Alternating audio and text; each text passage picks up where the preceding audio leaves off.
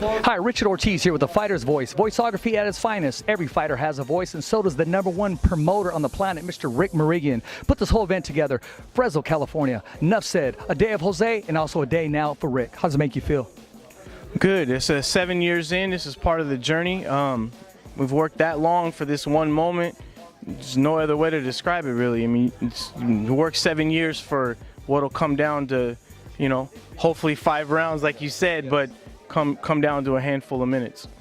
Is this safe to say, Rick, the way you're feeling now is almost like a kid that has a Christmas present? He knows what it is, but he just can't open it until Christmas. Is that how you see the fight going?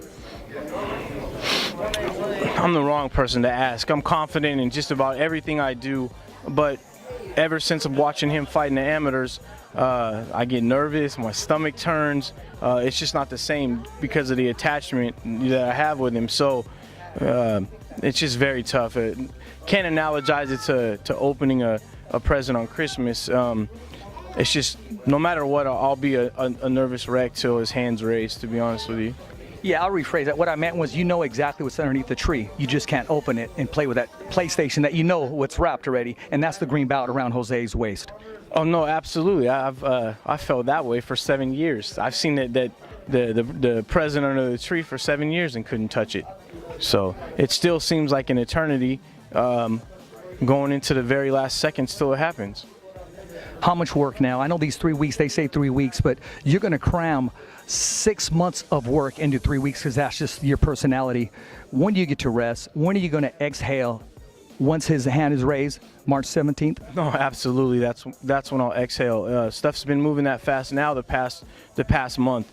I've got 100 calls a day, 20 to 30 emails a day that have to do with deals for him. I'm putting on press conferences for him, negotiating with sponsors, trying to set up his fight, hopefully to come back to Fresno immediately after Madison Square Garden.